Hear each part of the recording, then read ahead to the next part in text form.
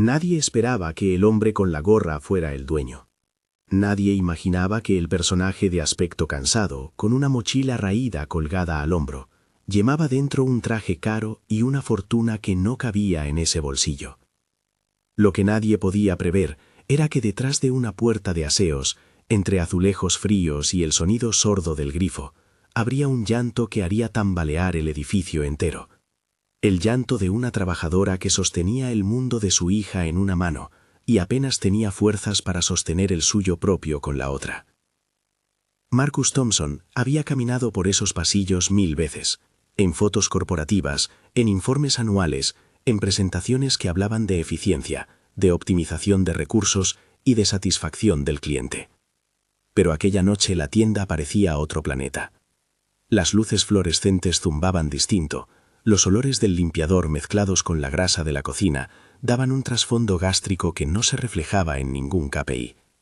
Iba con la gorra baja y una chaqueta que le había prestado el servicio de vestuario de la empresa para el personal ocasional. Su voz, cuando la usaba, era grave y ajustada, preparada para no destacar. Cruzó la línea de cajas con paso tranquilo y dejó que la monotonía del local le devolviera ese desapego que tanto necesitaba para observar. Los clientes apenas lo miraban, para ellos era otro empleado nocturno más. Y entonces lo oyó, un sollozo apagado detrás de la puerta de los aseos. Parecía que la tienda murmuraba, y en ese murmullo una mujer estaba desmoronándose. Se detuvo en seco. No llevaba el carnet de CEO, llevaba las manos en los bolsillos. Nadie le reconocería. Se acercó, sin hacer ruido, y notó en el suelo una placa metálica que había caído. M. Santos, conserje. El borde brilló bajo la luz fría. Marcus se agachó y recogió la placa con la punta de los dedos. Tenía una fina capa de polvo y sangre seca de algún corte menor en una esquina. Al levantarla, el llanto volvió con más fuerza. La puerta se cerró con el ruido seco del pestillo automático. «Oye», dijo él, con voz que intentó sonar neutral, como la de cualquier compañero. «¿Estás bien?» La puerta se abrió un poco, y la figura de María Santos apareció, los ojos hinchados, el pelo recogido en un moño descuidado. Era una mujer de mediana edad, con manos grandes, uñas mordidas, y una expresión que mezclaba agotamiento y vergüenza. Llevaba el uniforme de la empresa. El pegamento de la placa de plástico se notaba en la pechera. «Sí», respondió ella, intentando recomponerse. «Solo necesito un momento». Él asintió. No quiso preguntar mucho. Tomó la placa y se hizo a un lado para dejarla pasar. La puerta se cerró tras ella, de forma que quedaron a media luz, con una lámpara parpadeando como única confidencia. La confesión salió en retazos. No fue una historia planificada. Fue una ráfaga de información que se filtró, porque la verdad ya no podía contenerse. «Mi hija, Sofía», dijo María, con la voz quebrada, «necesita una operación». Llevamos semanas esperando, entre consultas, pruebas, y ahora me han recortado las horas. Me dijeron que no hay presupuesto, que mi posición es flexible, pero la madre de una niña sin operar no es flexible. Marcus la escuchó como quien toma notas, aunque por dentro la indignación le clavó un peso en el pecho. No había números que justificasen aquello. La tienda cumplía objetivos. En los informes los márgenes brillaban. En el tablero la eficiencia estaba por encima del promedio. ¿Cómo podía coincidir un resultado tan bueno con una situación humana tan desastrosa? ¿Te han quitado las horas en la hoja?, preguntó, intentando sonar casual. Ella le mostró el móvil. En la pantalla había un calendario con huecos, recortes en rojo y mensajes de texto que parecían órdenes y excusas. Había también una serie de capturas de horario, donde las jornadas aparecían más cortas de lo que ella recordaba. Marcus se fijó en los metadatos de las imágenes, en el sello horario. Eran recientes. Todo parecía minuciosamente orquestado para que quedara fuera del radar de la central. «No solo eso», murmuró ella. «Me dijeron que no podía acceder a la cobertura porque no cumplía requisitos. Yo pagué mis cuotas, pero cuando pedí la documentación me dijeron que no aparezco en el sistema como beneficiaria, que mi número no está registrado». Se tocó la frente, como si tratara de sostener algo que se desmoronaba. Marcus estaba acostumbrado a resolver problemas en salas con ventanas panorámicas y pantallas LED. La realidad en aquella pequeña habitación era otro tipo de tablero. el tablero de una vida que se iba deshaciendo en pequeñas pérdidas invisibles. Recordó entonces, con un sobresalto extraño, su propia infancia en un barrio donde las noticias sobre bastante o suficiente se discutían en términos de comida en la mesa y no de margen operativo. No era una memoria que él mencionase en discursos corporativos, era más una sensación de responsabilidad latente, un tipo de deuda moral que ahora parecía exigir amortización inmediata. ¿Estás segura de que el manager lo sabe?, preguntó Marcus. ¿Has hablado con él? Ella asintió, y su cara se endureció al recordar.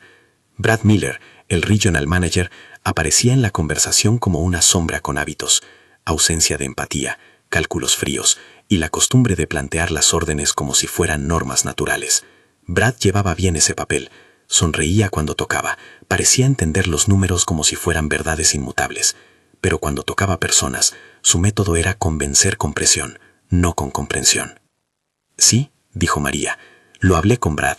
Me dijo que si pedía tiempo para la operación se arriesgaba mi puesto. Me sugirió que tomara vacaciones no pagadas para no perjudicar a la tienda. Y luego me movieron las horas y me dijeron que la cobertura estaba en proceso. Día tras día me quedé en espera. El relato tenía un ritmo que no admitía pausas cómodas. Marcus recordó las políticas escritas en el manual de empleados, aquellas líneas limpias sobre beneficios equivalentes y respetar la dignidad laboral. Se veía bien en informes, en PowerPoints, en titulares de comunicación interna. Pero en la tienda, en la noche, la política era interpretación, y la interpretación podía ser violenta. ¿Tienes pruebas?, preguntó él con frialdad profesional, un intento por no contaminar la conversación con su propia realidad. ¿Capturas, mensajes, registros de horas? Ella le ofreció el teléfono con manos que temblaban. Había capturas de pantalla, mensajes de voz y mensajes de grupo donde se leía con crudeza la decisión de recortar turnos.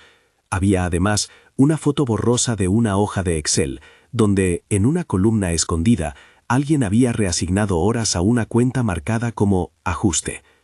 Marcus miró la imagen con atención. Un ajuste por aquí, otro por allá, pequeñas restas que, sumadas, equivalían a jornadas enteras que desaparecían de su nómina. Lo que no entiendo, dijo María, es por qué lo hacen. ¿A quién le interesa que mi niña no tenga la operación? Él la miró y por un segundo su identidad oficial se disolvió. No estaba pensando en la marca, en la prensa o en el coste de reputación. Pensó en la operación de Sofía, en la forma en que una familia puede deshacerse en noches de espera y facturas. Pensó en los rostros ocultos bajo los números. No lo sé aún, contestó Marcus, pero prometo que no te voy a dejar sola en esto. La promesa no era teatral, era una decisión nacida del escozor moral. Pero Marcus también sabía que prometer sin pruebas era inútil. Necesitaba datos, evidencias y, sobre todo, necesitaba entender si aquello era un acto aislado o un engranaje del sistema.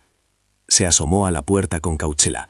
En el pasillo, al fondo, brillaba la consola de control de la tienda, un pequeño terminal donde se imprimían informes, donde el escáner escupía horarios y donde a veces quedaban residuos de lo que los empleados realmente hacían.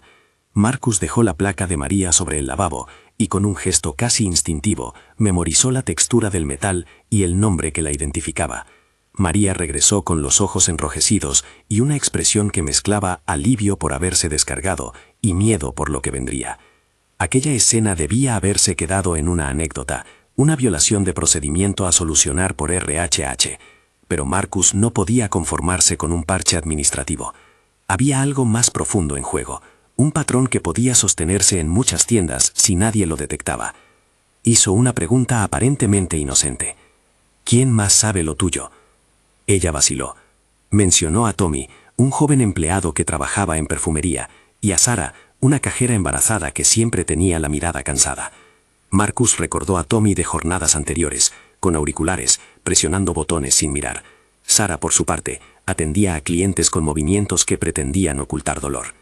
Ambos habían pasado por delante de su despacho en reuniones sobre mejora de procesos, sin que él notara nada. Entonces, dijo Marcus, dime todo lo que recuerdes. Fechas, nombres, cualquier cosa que parezca fuera de lugar. Ella se obligó a enumerar. El día en que le quitaron 4 horas de la tarde. El mensaje de Brad diciendo que era por reorganización. La vez en la que le negaron el formulario de cobertura, alegando que un fallo del sistema había borrado su solicitud. Marcus anotó mentalmente cada detalle. No bastaba con empatizar, era necesario construir un relato contradicho solo por pruebas. Antes de marcharse, la miró a los ojos. No quería jugar a ser héroe, no era un personaje de sus discursos motivacionales. Buscó algo que pudiera darle a esa mujer sin promesas vacías, su tiempo. «Quédate conmigo hasta que hable con alguien de RRH», propuso él, y lo dijo con la voz de quien va a intentar equilibrar dos mundos. Ella asintió, como quien acepta un puente inseguro sobre un río. Salieron juntos el baño, y en el pasillo, Marcus se detuvo un instante para mirar, a modo de ejercicio, la tienda como si fuera una matriz de datos. La sección de electrónica con sus filas ordenadas, el área de alimentación con cajas medio vacías, la zona de limpieza con la mopa reposando en un cubo musical por la distancia que marcaba la noche. En un rincón, Brad Miller conversaba con una cajera joven, y su postura, relajada, mostraba confianza. La conversación parecía inocua, casi corporativa. Marcus adoptó entonces otra identidad, no la del CEO, pero tampoco la de un intruso. Se convirtió en Mike Henderson, un nombre simple que sonaba a trabajador contratable. El plan surgió como una medida práctica, infiltrarse para vivir la realidad de primera mano y obtener pruebas robustas. Las políticas podían leerse, pero las intenciones se medían en cómo se vivía la jornada. Regresó a su coche por una salida lateral, evitando la cámara principal. Las luces de la ciudad se estiraban como hilos en la distancia. En el silencio del vehículo, volvió a revisar las fotos. Notó las pequeñas discrepancias en los horarios, los nombres reasignados, y la confirmación de que las variaciones coincidían con la presencia de Brad en los turnos. No era una casualidad estadística, parecía un patrón deliberado. Esa noche no durmió del todo. Repasó conversaciones, políticas y códigos de conducta. Llamó por teléfono a su jefe de operaciones, usando un contacto que no usaba desde hacía meses, y pidió que activaran la verificación de auditoría interna en la tienda. No dijo por qué. Era prudente. Las piezas del tablero debían colocarse sin alertar al posible agresor. Pero también había una pulsión personal que lo empujaba a ver con sus propios ojos. No quería delegar la primera mirada a otros. Necesitaba la experiencia directa para no equivocarse en juicio. A la mañana siguiente, volvió a la tienda con un CV editado, una gorra distinta y la determinación de pasar desapercibido. Se presentó en recepción como candidato para un puesto nocturno de almacenaje. En la oficina de RRH, la persona a cargo fue una mujer de pelo corto, sonrisa profesional y gafas que hablaban de muchas horas frente a la pantalla. Se llamaba Elena. Marcus dejó su nombre falso, sus referencias fabricadas con cuidado y una actitud lo suficientemente humilde como para no despertar sospechas. Mientras esperaba, observó la zona de descanso.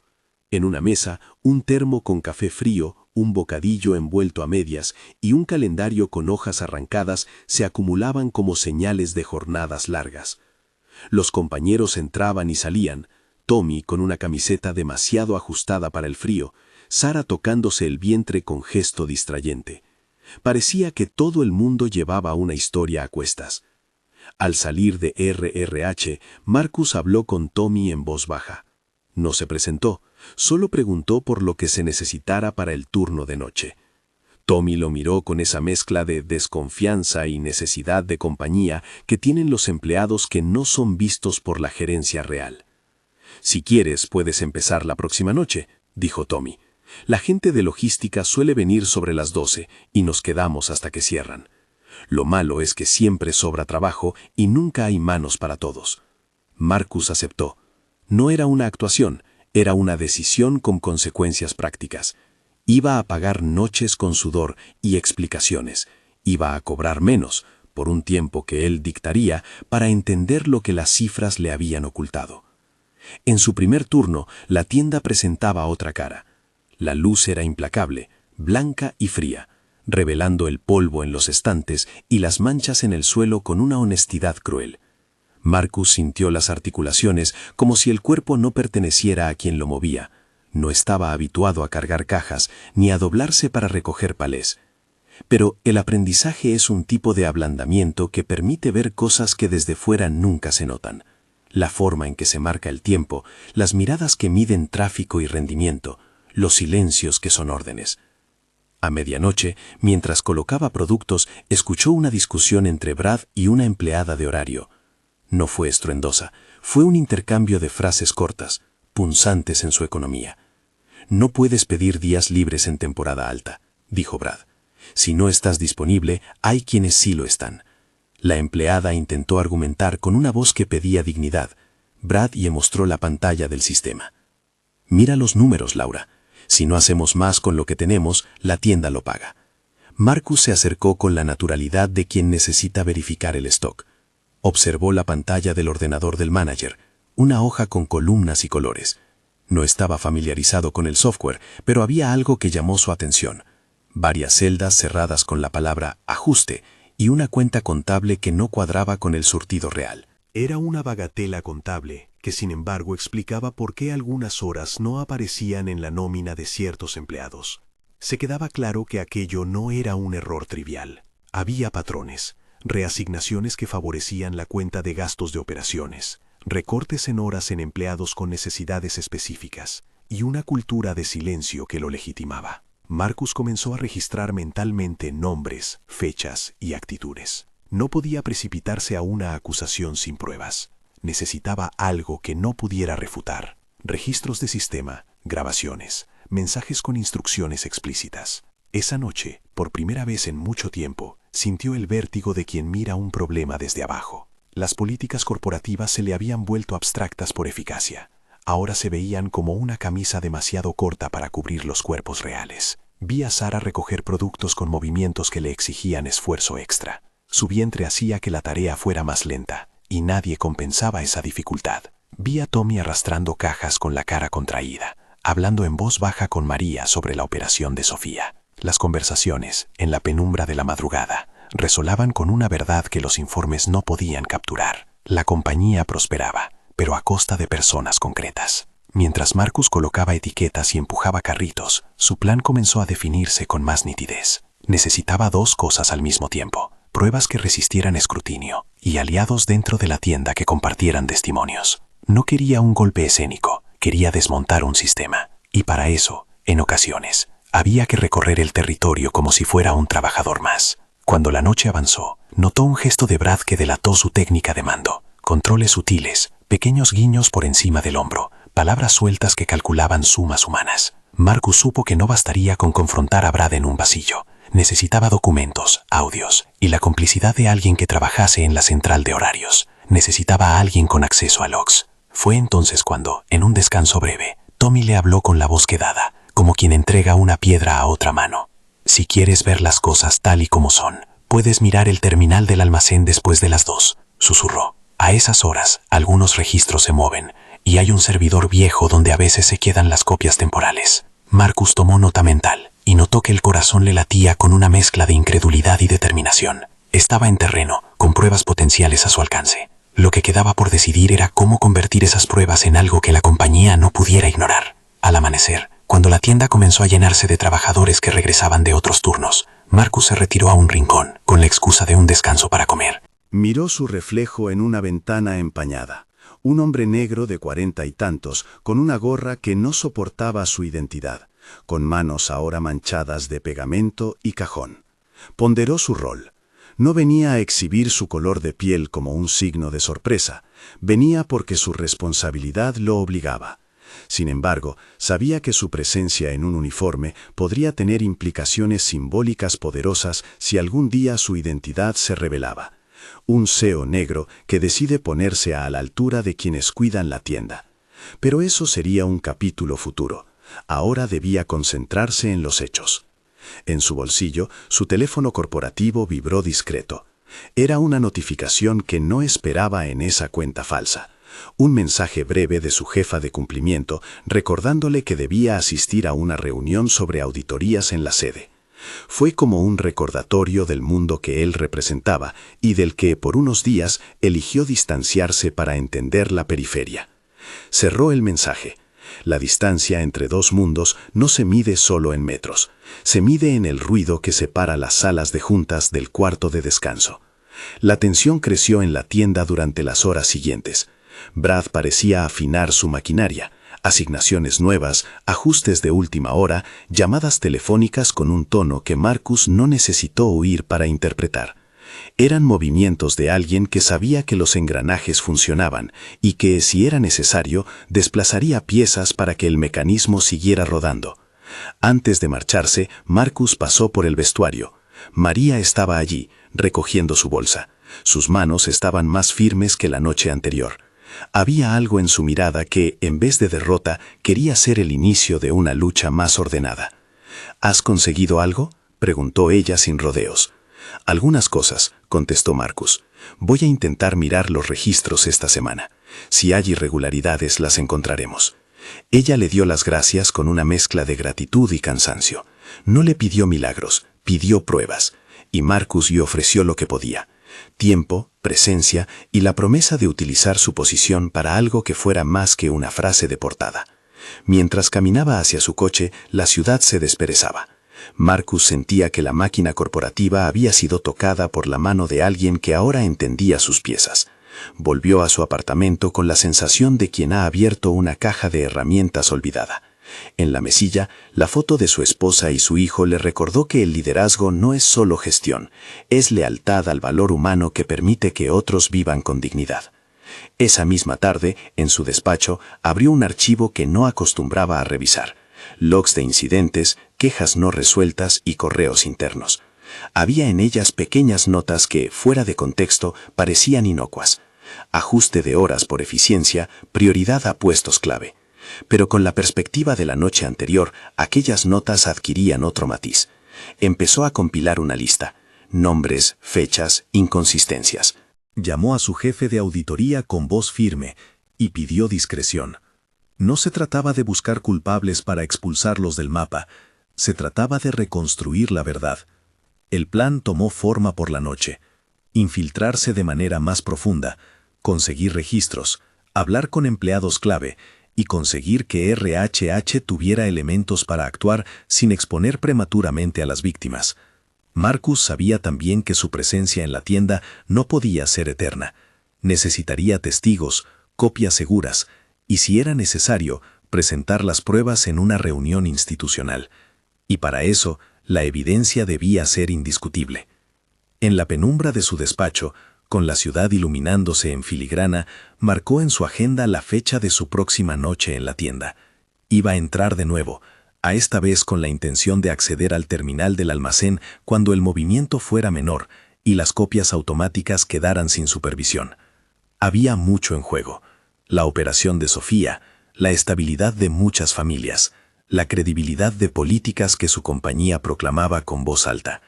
Antes de apagar la luz, revisó mentalmente los rostros que había empezado a conocer en la tienda.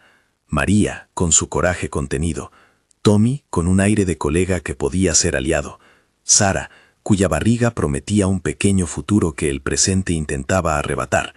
Y Brad, cuya sombra era oscura, pero no omnipotente. Si iba a desafiar un sistema, necesitaría entender su arquitectura y sus puntos débiles. Dejó la puerta del despacho entreabierta. Había una sensación nueva, como si una pequeña grieta se hubiera abierto en la fachada pulida de la compañía. Esa grieta, una vez descubierta, podía ensancharse o cerrarse. Marcus lo sabía. Su trabajo no era solo señalar problemas, sino diseñar reparaciones que no fueran gestos anecdóticos, sino cambios estructurales. Pero antes de ese capítulo, faltaban pruebas, faltaba la noche, y faltaba, quizás lo más urgente, evitar que la operación de Sofía se demorara un día más. Se quedó mirando la placa que había recogido la primera noche. M. Santos, conserje. La depositó sobre la mesa, y por primera vez en muchos años, comprendió que los nombres en una nómina no eran meros ítems, eran personas con historias que podían quebrarse si nadie intervenía. Cogió su agenda y con una frase breve escribió: noche en tienda, terminal almacén, recopilar logs. Luego tachó la palabra recopilar y escribió debajo, con letra firme: proteger a quienes fueron dañados, asegurar pruebas, no actuar solo. Cerró la agenda. Afuera, la ciudad respiraba como si nada hubiese ocurrido. Dentro, un hombre que pocas veces se permitía sentir desasosiego, se preparó para sumergirse en la periferia que la contabilidad no reflejaba. No buscaba redención personal ni un titular que lo ensalzara. Buscaba justicia donde las cifras no cumplían su función humana. Y mientras la noche lo aguardaba de nuevo, comprendió que aquella decisión podría costarle mucho: su tiempo, su comodidad y quizá la simple calma de su vida cotidiana. Al fin, cuando la oscuridad ya se había hecho absoluta, revisó una vez más las fotos en el móvil de María, la sonrisa de Sofía en una imagen vieja, la lista de gastos con las horas cortadas, el mensaje donde Brad escribía ajustes necesarios. Marcus dejó el teléfono en la mesa. No bastaba consentir. Había que actuar, pero con prudencia. Iba a sumergirse más hondo. Iba a conseguir las pruebas que la sala de juntas nunca había querido mirar. La decisión no era un acto heroico flamígero, era una estrategia paciente. Y en la calma que precede al movimiento, se sintió cómodo con la idea de pasar desapercibido. A la mañana siguiente, al ponerse de nuevo la gorra, supo que cruzaba una línea. Ya no era solo el hombre que firmaba políticas, era también quien las testaría en carne y hueso. Cuando cerró la puerta de su casa, la noche todavía olía a lluvia reciente. Caminó sin prisa hacia la estación, la gorra baja y los ojos fijos en el objetivo. Dentro de él, la tensión y la esperanza se mezclaban en proporciones inseparables. El reloj marcaba menos de 24 horas hasta su próxima entrada. Y en algún lugar, en esa tienda, había hilos que esperaba poder tirar hasta desenmarañar la trama completa. La gorra le cubría la frente como un velo, y el tren nocturno lo arrojó a la estación con su paso constante. Marcus bajó, tomó aire y se dejó llevar por el hábito recién creado. Mirar sin ser visto, anotar sin intervenir. La noche prometía repetir el mismo escenario de horas antes, pero ahora con una tarea precisa: acceder al terminal del almacén cuando la actividad decayese y las copias temporales quedaran más accesibles. Sabía que allí residían las huellas invisibles del fraude. Quédate hasta el final para ver cómo termina esto. Entró a la tienda con la calma de quien conoce los recorridos, pero el corazón le latía con la urgencia de quien sabe que cada minuto cuenta. Los fluorescentes recortaban sombras rectas. El olor a limpiador y a cartón recién abierto se pegaba a la ropa. Saludó con la cabeza a la chica de la puerta sin dar más datos que su nombre falso.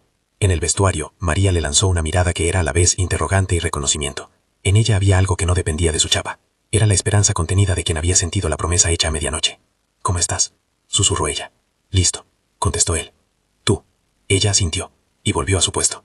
Los turnos de madrugada parecían deshilachados por el cansancio. Voces ahogadas, risas que no eran de alegría, movimientos medidos para evitar un esfuerzo extra. Marcus se dejó llevar por la rutina que había practicado la noche anterior. Cajas, palés, reposición.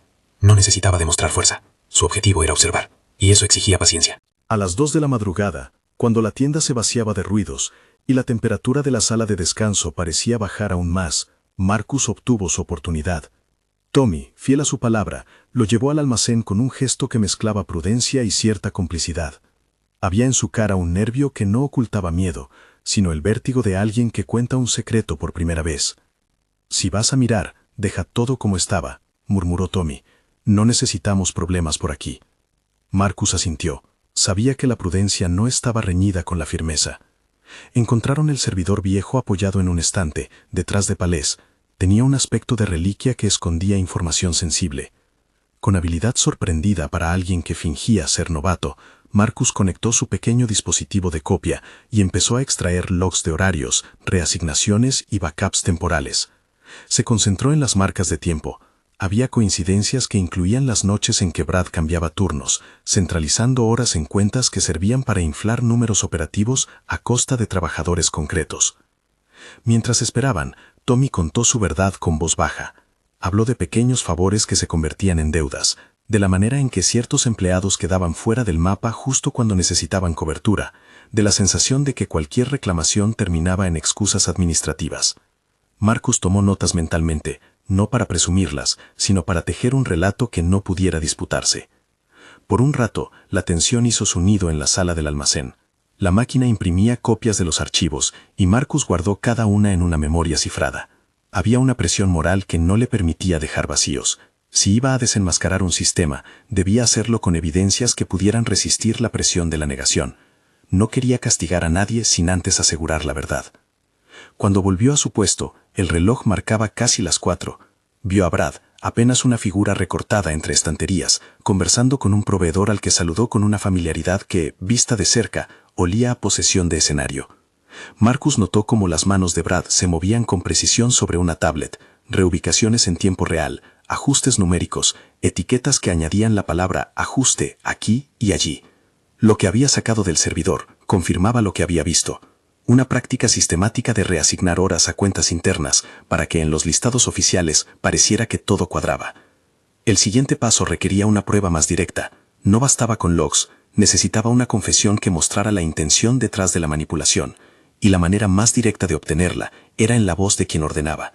Marcus necesitaba un registro auditivo donde Brad explicase su sistema. Era arriesgado, pero la falta de esa pieza convertía el expediente en hipótesis. La oportunidad llegó de forma casi absurda. Brad, confiado en su control, solía hacer llamadas nocturnas a su móvil para optimizar horarios, con un tono tan coloquial que muchos no lo reparamos. Marcus preparó un pequeño dispositivo de grabación que dejó en el cuarto de descanso. Su objetivo no era vulnerar, sino capturar la verdad para que RRH y auditoría no pudieran obviarla. Sabía que la legalidad de una grabación en estas circunstancias dependía de la jurisdicción. Era indefinido cómo sería interpretada jurídicamente, pero su intención era entregarla a cumplimiento interno y a la auditoría que él mismo había movilizado. La pieza debía servir como palanca para abrir un proceso serio. A la hora prevista, Brad se sentó en la mesa de descanso, relajado, y habló por teléfono con un tono que para cualquiera sería banal. Para Marcus fue un filo. Brad mencionó nombres, horas y cuentas. Sí. Ajusta las tardes de María, y ponlo en ajustes operativos. No queremos que parezca un despilfarro. Y a Sara, dale unos días, pero hazlo parecer breve. Si alguien pregunta, decimos que es reorganización. La voz era monótona, eficiente. Y en el barro de esas palabras surgió la intención. Minimizar costes a costa de vidas palpables. Marcus escuchó sin moverse. No era la primera vez que se sorprendía por la manera en que las frases que circulan en la sala de juntas se traducen en decisiones que tocan carne viva. Esta vez la carne tenía nombre y factura. Sofía, la hija de María, en espera de una operación. Recopiladas las grabaciones, los logs y las capturas, Marcus debía pensar en la estrategia para presentar todo sin causar más daño que el estrictamente necesario. Era consciente de que una denuncia precipitada podría exponer a quienes ya estaban en riesgo. Necesitaba proteger testigos, asegurar pagos retroactivos y preparar la mesa donde se daría la confrontación. Por eso, la mañana siguiente la dedicó a un trabajo que combinó diplomacia y firmeza. Llamar discretamente a Rebecca Chen, responsable de RRH a nivel regional, a quien conocía de reuniones corporativas. No reveló su identidad completa, pero sí lo suficiente para activar los cauces de auditoría. Rebecca escuchó con atención, y sin fanfarrias le pidió tiempo para coordinar con cumplimiento. Era decisivo que RRH y auditoría se movieran juntos. Eso evitaría que una reacción corporativa aislada hiciera más daño que bien. Marcus acordó entregar la evidencia de forma segura en la sede, con el compromiso de que la investigación sería discreta y orientada a la restitución. Rebecca, que había leído y defendido políticas de trabajo justo durante años, entendió la gravedad y la urgencia. Se puso en marcha un protocolo interno de verificación y salvaguarda de empleados. Pero antes de la reunión formal con la documentación, Marcus decidió generar un testimonio público incontestable dentro de la tienda. Convocar a todos los empleados a una reunión en la que se revelara la evidencia podía tener riesgos si Brad sospechaba o si algunos se retraían por miedo. Así que trazó un plan calibrado, conseguir que la propia estructura de la tienda no tuviera más opción que reconocer los hechos en presencia de testigos y con la posibilidad de medidas inmediatas. Preparó, junto a Rebecca y al jefe de auditoría, una reunión extraordinaria para la tarde siguiente. Allí estaría presente el equipo de cumplimiento, un representante de seguridad y un miembro del consejo corporativo que Marcus quería que viera aquello de primera mano. Tendrían los logs, las grabaciones y testigos listos para declarar. Marcus sabía que la verdad, cuando se presentaba de forma ordenada, tenía más fuerza que cualquier intento de manipulación. Pero el peligro de la precipitación existía. En la tarde previa a la reunión, Brad, quien por instinto olfateaba amenazas, empezó a merodear más por la tienda y a realizar llamadas inusuales. La tensión creció. María comenzó a mostrar signos de nerviosismo, temía represalias. Marcus pensó en los caminos para protegerla, asegurar que su puesto quedara inviolable mientras avanzaba la investigación, garantizar que Sofía tuviera acceso a una atención médica provisional hasta que los procesos permitieran la cobertura retroactiva. No quería prometer milagros, solo medidas concretas y alcanzables. Llegó la hora de la reunión. El salón de empleados, con sus paredes funcionales y su proyector ruidoso, albergó a casi todos los trabajadores. El aire olía a café recalentado, las sillas crujían. Brad entró con su habitual compostura. Marcus, sin revelar su identidad pública, permaneció en la sala con la calma de quien está listo para actuar. Rebecca era la primera en hablar. Explicó que la empresa había recibido una serie de informes y que por la gravedad de las alegaciones habían enviado a auditoría interna. Fue formal, sin concesiones emotivas, porque sabía que el rigor era la mejor garantía para los trabajadores. Entonces Marcus pidió la palabra. La sala lo miró con curiosidad, un empleado más que parecía tomar la iniciativa. Tomó el control con voz medida y pidió que se reprodujera una de las grabaciones. El volumen humedeció la sala.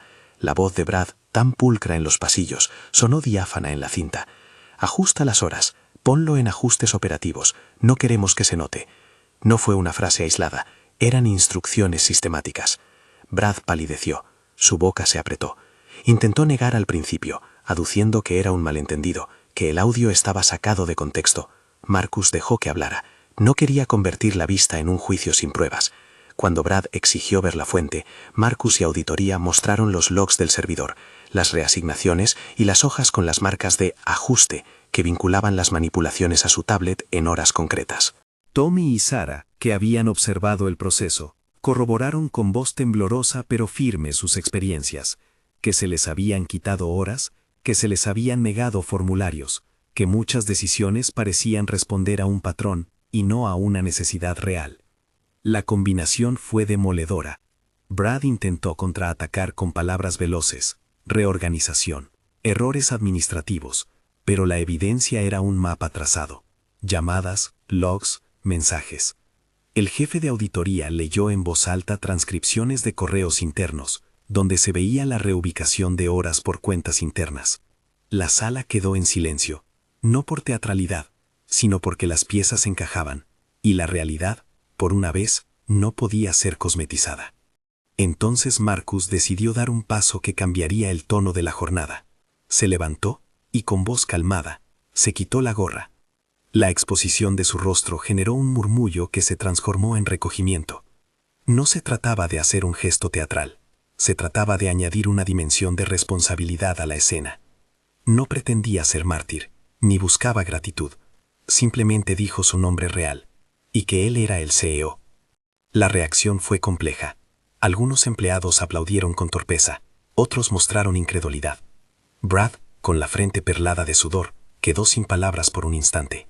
La sorpresa de ver al hombre que había firmado políticas y discursos de inclusión sentado entre ellos, dejó una huella. Marcus no alzó la voz para recriminar, dejó que hablaran las pruebas.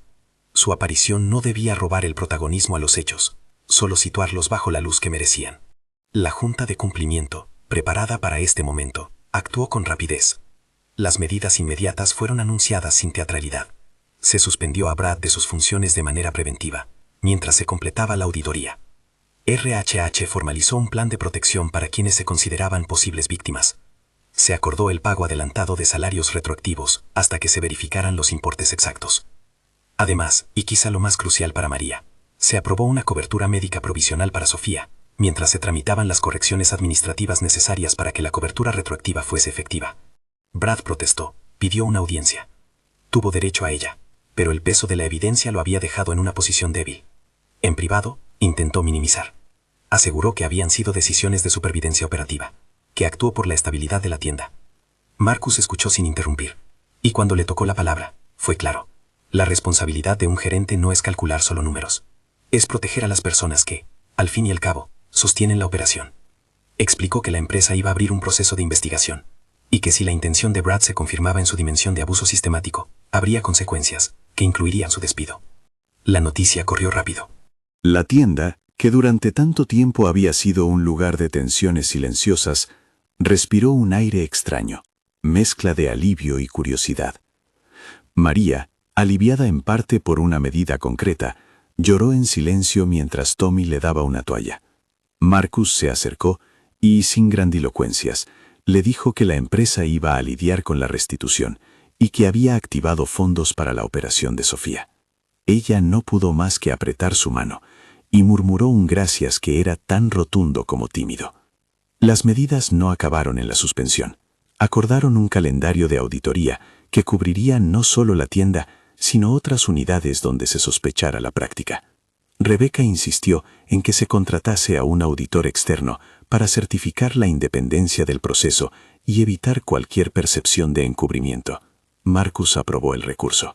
También se estableció un mecanismo de pagos retroactivos, una revisión de nóminas, el reembolso de horas sustraídas y la activación de la cobertura de salud desde la fecha en que correspondía.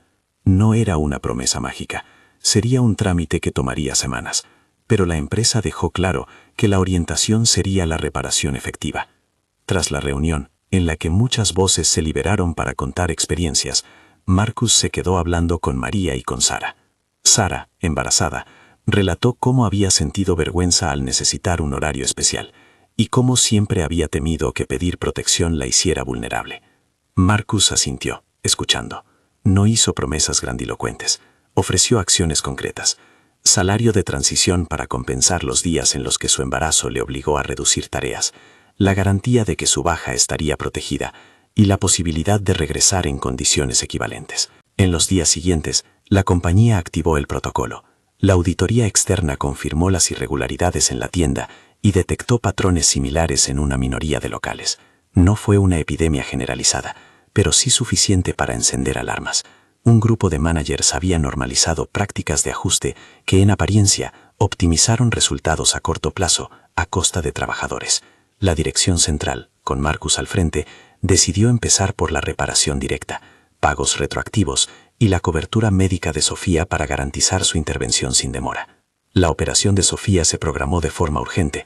Gracias a los recursos liberados y a una coordinación con un centro sanitario, se adelantaron citas y trámites administrativos. Se evitó, en la medida de lo posible, la burocracia que tantas veces aplazaba la atención.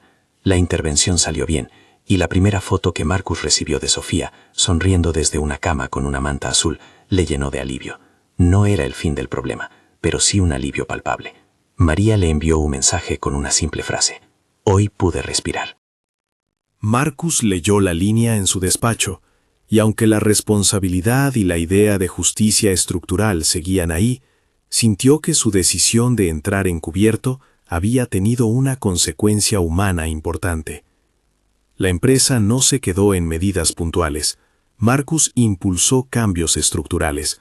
Instauraron un consejo de empleados en cada región, con representación real y voz vinculante en decisiones que afectaran horarios y beneficios. Se desplegó un programa de auditorías aleatorias y uno de formación obligatoria para managers sobre derechos laborales y ética del liderazgo. Además, Marcus aprobó que se promoviera desde dentro. Ofreció a María la gerencia de aquella tienda, no como un gesto simbólico, sino porque su conocimiento profundo del equipo y su conducta la perfilaban como una candidata idónea.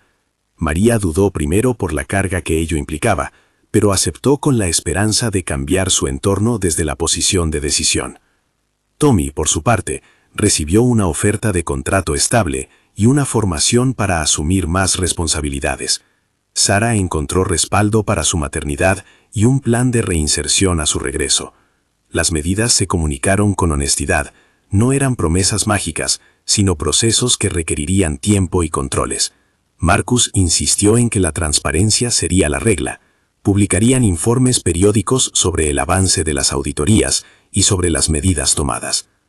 Brad fue despedido tras la conclusión de la investigación interna, que corroboró la existencia de políticas deliberadas de reasignación de horas y negación de beneficios. La decisión obedeció no solo al castigo, sino a la idea de que, en una organización seria, el liderazgo requiere congruencia entre discurso y acción. El despido fue comunicado con el respeto formal que la situación exigía.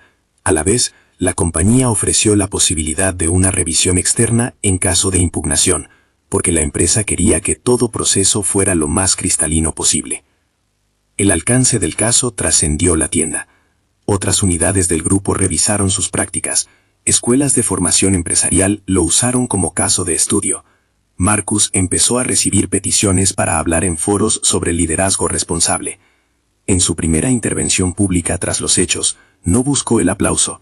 Contó la historia con honestidad, enfatizando aquello que había aprendido al bajar del despacho a la noche, que los KPIs, sin experiencia vivida, pueden ocultar daños reales, que el liderazgo no es la suma de éxitos financieros, sino la capacidad de cuidar a las personas que hacen posible esos éxitos.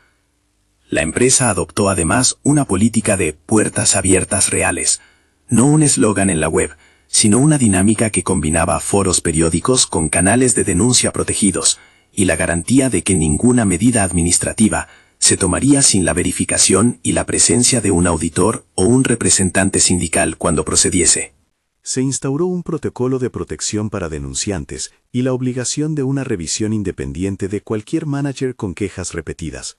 Esto no resolvía todo, Marcus lo dijo con franqueza. Esas medidas eran el inicio de un proceso que requeriría vigilancia constante. Para Marcus, el caso fue también una lección personal. En una entrevista interna, confesó que su identidad como hombre negro había alimentado una sensibilidad que no debía ser mercantilizada, ni presentarse como mérito. Era, dijo, una capa más de responsabilidad para entender que la diversidad sin poder real es solo decoro. Habló de la humildad necesaria para ponerse en la línea y aprender de quienes nunca aparecen en las fotos corporativas. Su tono no era de redentor, sino de persona que había visto el efecto humano de decisiones abstractas. Esa claridad le ganó respeto, pero también críticas de quienes pensaban que su acción fue un golpe teatral. Marcus no buscó defenderse de todo, asumió que su método fue poco ortodoxo, pero afirmó que la prioridad había sido la reparación efectiva. Las semanas siguientes trajeron trabajo minucioso. La auditoría repasó miles de líneas de registros, el RHH verificó nóminas, y los equipos legales y de cumplimiento trabajaron para asegurar que las restituciones se hicieran con rigor. La empresa asumió el costo económico y la incomodidad de publicar un informe que no ocultara fallos. En las reuniones de seguimiento, Marcus insistió en no convertir el tema en un caso de imagen, sino en una obligación cotidiana de gestión. Reforzó que la sostenibilidad de la compañía pasaba también por la justicia interna.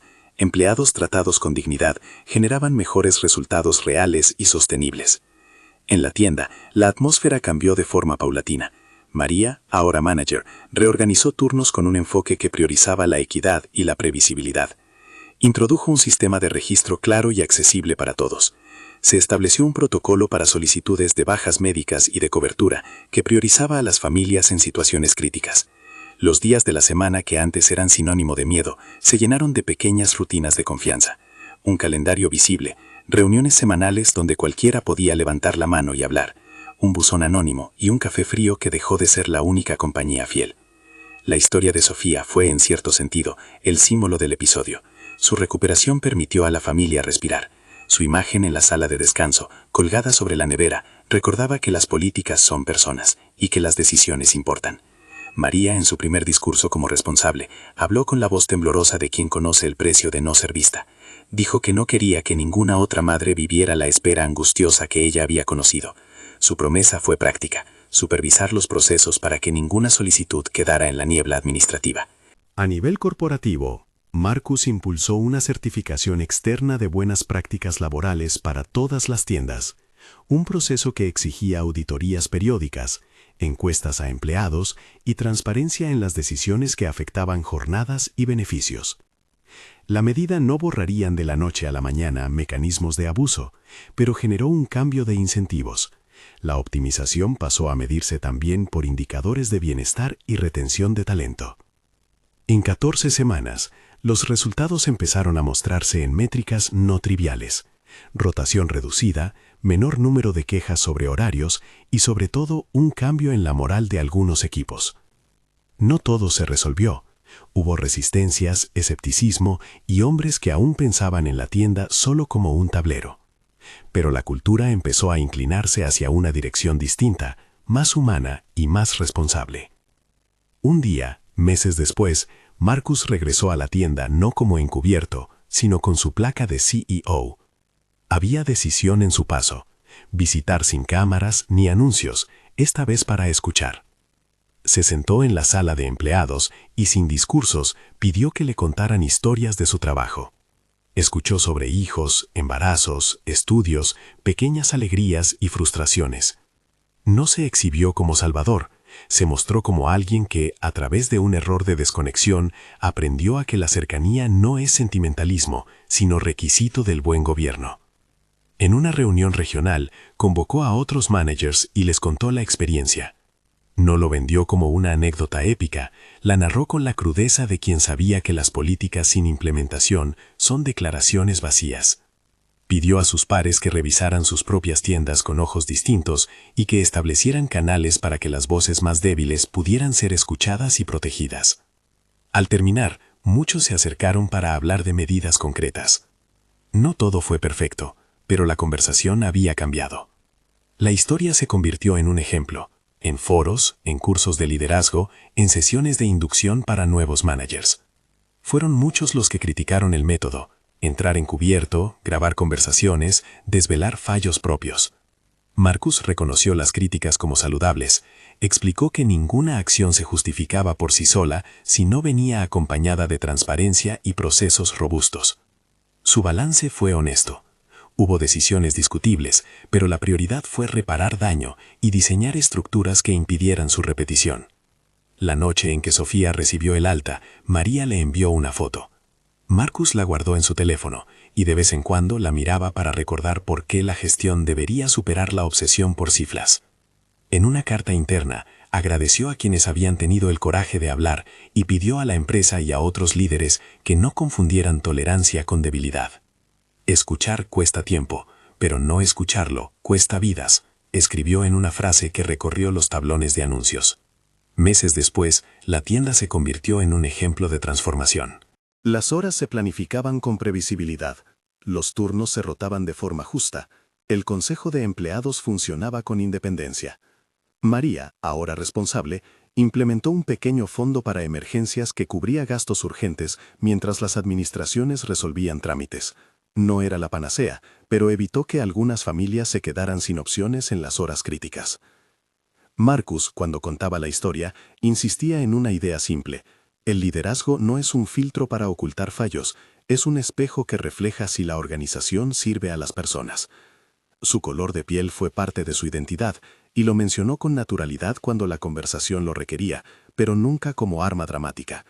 Fue más bien un recordatorio de que la representación sin poder que transforma es insuficiente. Dijo que ser CEO implicaba, entre otras cosas, responder cuando el sistema falla y diseñar para que la dignidad sea la regla y no la excepción. La prensa recogió el caso con matices. Hubo admiración, escepticismo y debate sobre los métodos. Marcus aceptó las críticas y defendió la necesidad de procesos claros. En la sede se publicaron los informes con recomendaciones que incluyeron la obligatoriedad de auditorías externas, la mejora de canales de denuncia y la formación de líderes en empatía operativa. La empresa asumió el coste y la incomodidad, porque la reputación, explicó Marcus, debía sustentarse en coherencia. En el cierre de su primer año tras el incidente, la compañía organizó un foro sobre responsabilidad social interna. Marcus subió al escenario, miró al público y habló no en tono triunfal, sino en tono cuidadoso. Contó la historia sin adornos, la placa en el suelo, el llanto detrás de la puerta, la noche que se escondió bajo otra identidad y la cadena de decisiones que siguió. Concluyó pidiendo a quienes ocupaban posiciones de poder que incorporaran mecanismos de verificación real, no solo reportes, que tomaran el tiempo necesario para escuchar y que sobre todo no permitieran que el éxito financiero fuese la coartada para la deshumanización. Al terminar, muchos se acercaron. Algunos contaron historias similares en voz baja, otros propusieron iniciativas concretas. Marcus se quedó conversando con María por un rato largo. Juntos recordaron los pasos que les habían costado. Ella sonrió con la fuerza de quien había transformado su desventaja en posibilidad. Tommy apareció entre la gente con su uniforme de jefe de almacén nuevo y Sara, ya con la baja materna, envió una nota con fotos del bebé. La transformación no fue perfecta y la empresa siguió enfrentando desafíos, resistencias culturales, errores operativos y la inercia de hábitos viejos. Pero había un punto de inflexión. La organización se había comprometido públicamente con un cambio que implicaba procedimiento y corazón. Marcus lo decía sin complacencia. Era un inicio, no un punto final. En la calma que siguió a aquel periodo de convulsión, Marcus guardó la placa que recogió la primera noche en un cajón de su despacho. No como trofeo, sino como recordatorio. Un nombre que servía para no olvidar que las políticas son personas. De vez en cuando la sacaba y la miraba, pensando en cómo las decisiones que se toman en salas cerradas desembocan en vidas concretas. Si algo quedó claro para él fue esto: la responsabilidad del liderazgo no es solo diseñar condiciones para el crecimiento, sino garantizar que ese crecimiento no se sostenga sobre la explotación silenciosa. Había aprendido que la cercanía que transforma no es la que busca titulares, sino la que escucha, protege e institucionaliza la justicia.